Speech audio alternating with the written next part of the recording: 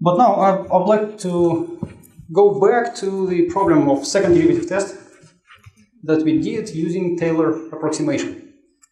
Right? And I would like to look at it from this new context. And I will do it only in the case of two variables as we did before. There will be no three variable version of it. So basically the second derivative test was about what? Was about a function of two variables, x and y. And we can find critical points of that function. And let's say AB is a critical point. And then the question for the second derivative test is whether the given critical point you found represents maximum or minimum or saddle.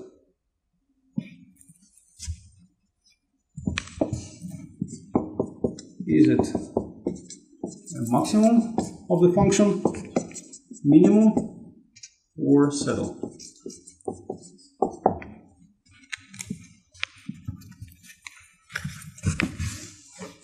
Now, the reason I'm going back to that is that now we can look at the whole thing from new perspective. And the perspective is that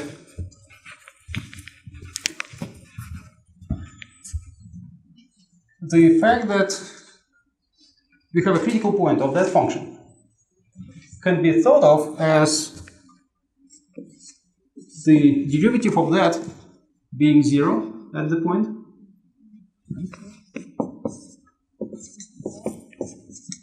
Well, that's exactly what it means to be a critical point. Now, what is it that we are asking about? We are asking for more information, right? So we are asking if the gradient is 0 at this point. Can you say more? And the answer is coming from this gradient being a vector field. So now you think of gradient being a vector field, so that gradient is assigned to each point of the domain.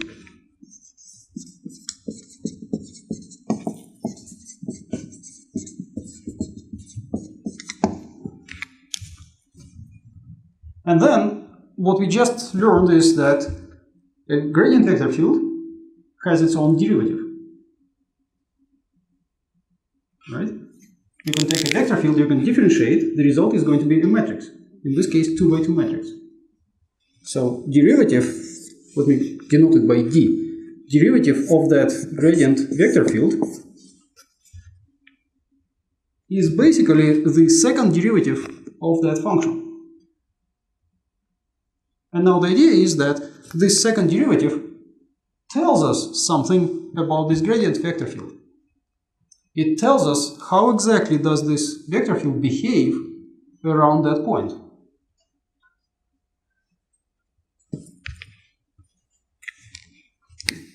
And well, let's look at what kind of information we can get out of it.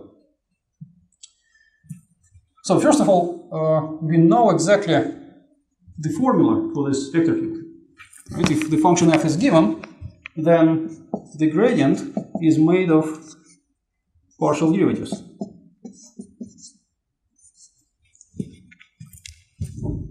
Now, if your vector field is given by these two formulas, well, we know how to make the derivative of that, how to make a matrix. So how do we make a matrix? Well, we put partial derivatives of these things. Right? We differentiate the first. Remember, I denoted this by u, this by w, and I put u with respect to x. Now it will be fxx, and then u with respect to y, it will be fxy. That's my first row of the matrix. And I differentiate w with respect to x first. It will be fyx. And I also differentiate w with respect to y, giving me fyy. So this is the second derivative of f. in a very precise sense, right? The first derivative is a vector field. Derivative of vector field is this matrix field. Now what we look at is we look at the value of the second derivative at this critical point. And you see how similar it is to the calculus 1 procedure, right? You used to look at the second derivative at that point, and that's what we do. So we look at the second derivative at that point, and let me call this M, a matrix made by second derivatives at that critical point, fxx at AB, fxy at AB, fyx at AB, and fyy at AB. And now this is really a matrix, 2 by 2 matrix made of numbers, right? If I gave you a function f, imagine I gave you a function like polynomial, right? You can compute all these second derivatives. You can find the critical points, and for the given critical point, you substitute, and you get number. Wouldn't the second and third terms in the matrix be the same thing? Oh yes. And it's good you notice this is the key property of this matrix. And actually, I'll tell you a secret that this is exactly the reason why not every vector field is a gradient vector field. Because in general, a vector field is determined by arbitrary numbers, and the gradient vector field must have these two numbers the same. It must be symmetric, yes. And, well, it's actually even only if you have symmetric, then you have potential, and if not, then not. So, I mean, it's not easy to explain or to prove, but it's easy to say at this point. Okay, so it's good you mentioned and you noticed that. Now let's look at the GLS decomposition of this matrix, because that's the basic thing we did to matrices. M equals G plus L plus S. Now what you just said, the fact that these two numbers are the same, can be seen in this decomposition. Right?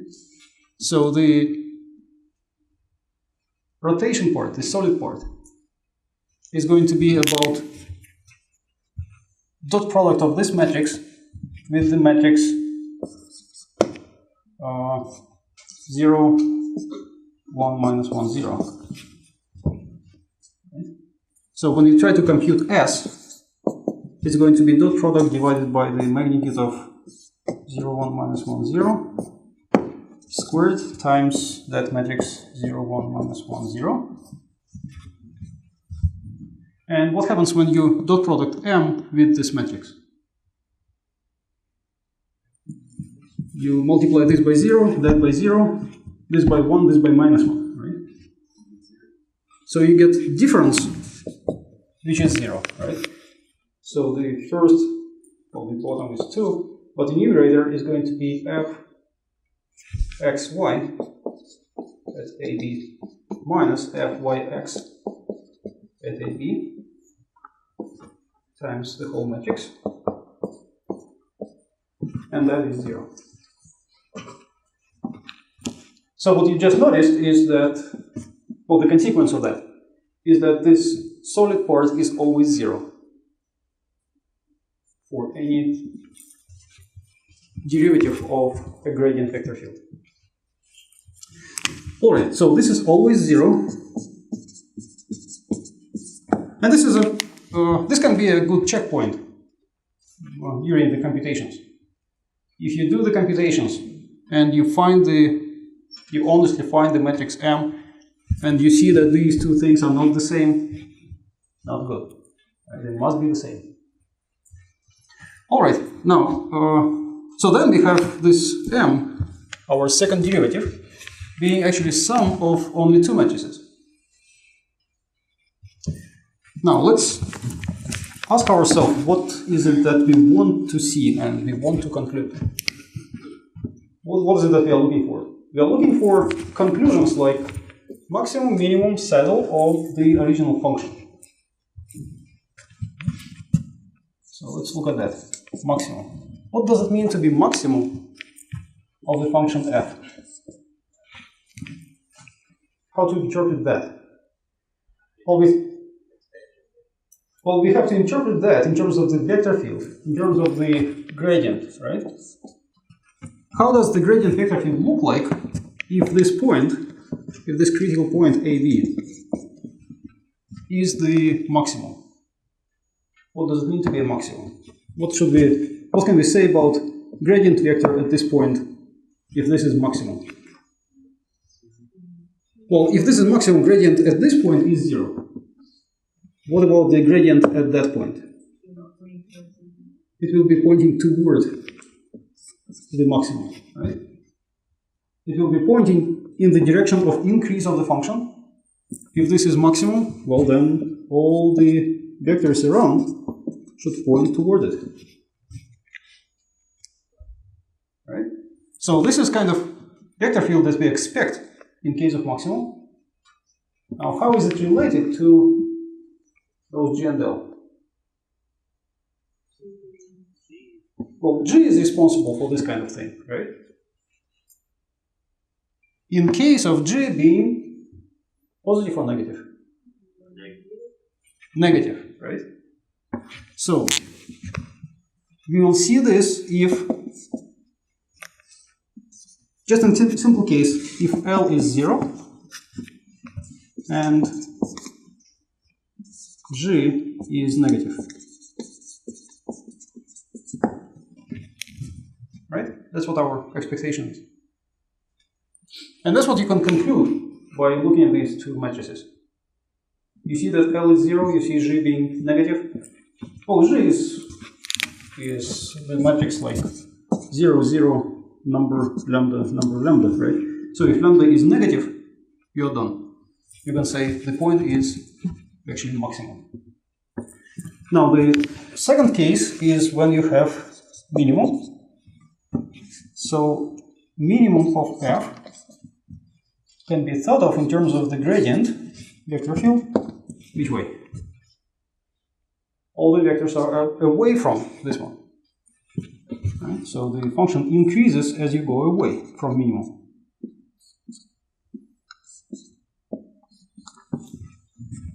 Okay.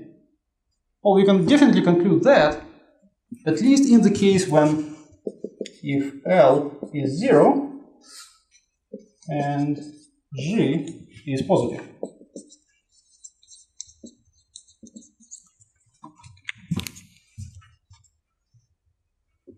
All right. Now, what about the case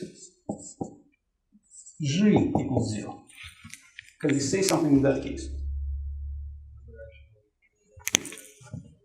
Exactly. We know how the matrix L makes vector flow go, right? There will be two directions, and along these two, vectors will be going away, and along these, vectors will be coming toward the critical point, and otherwise, well, it will be like this.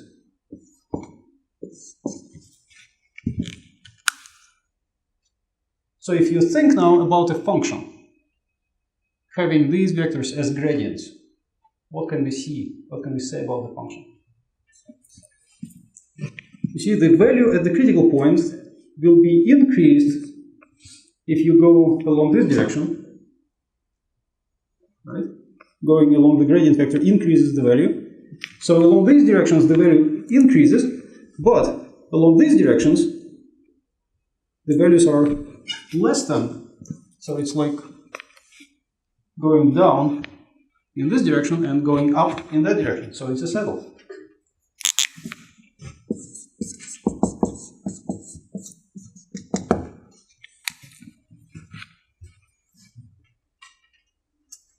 All right. So the only case left, the only non-trivial case, is when we have both matrices present.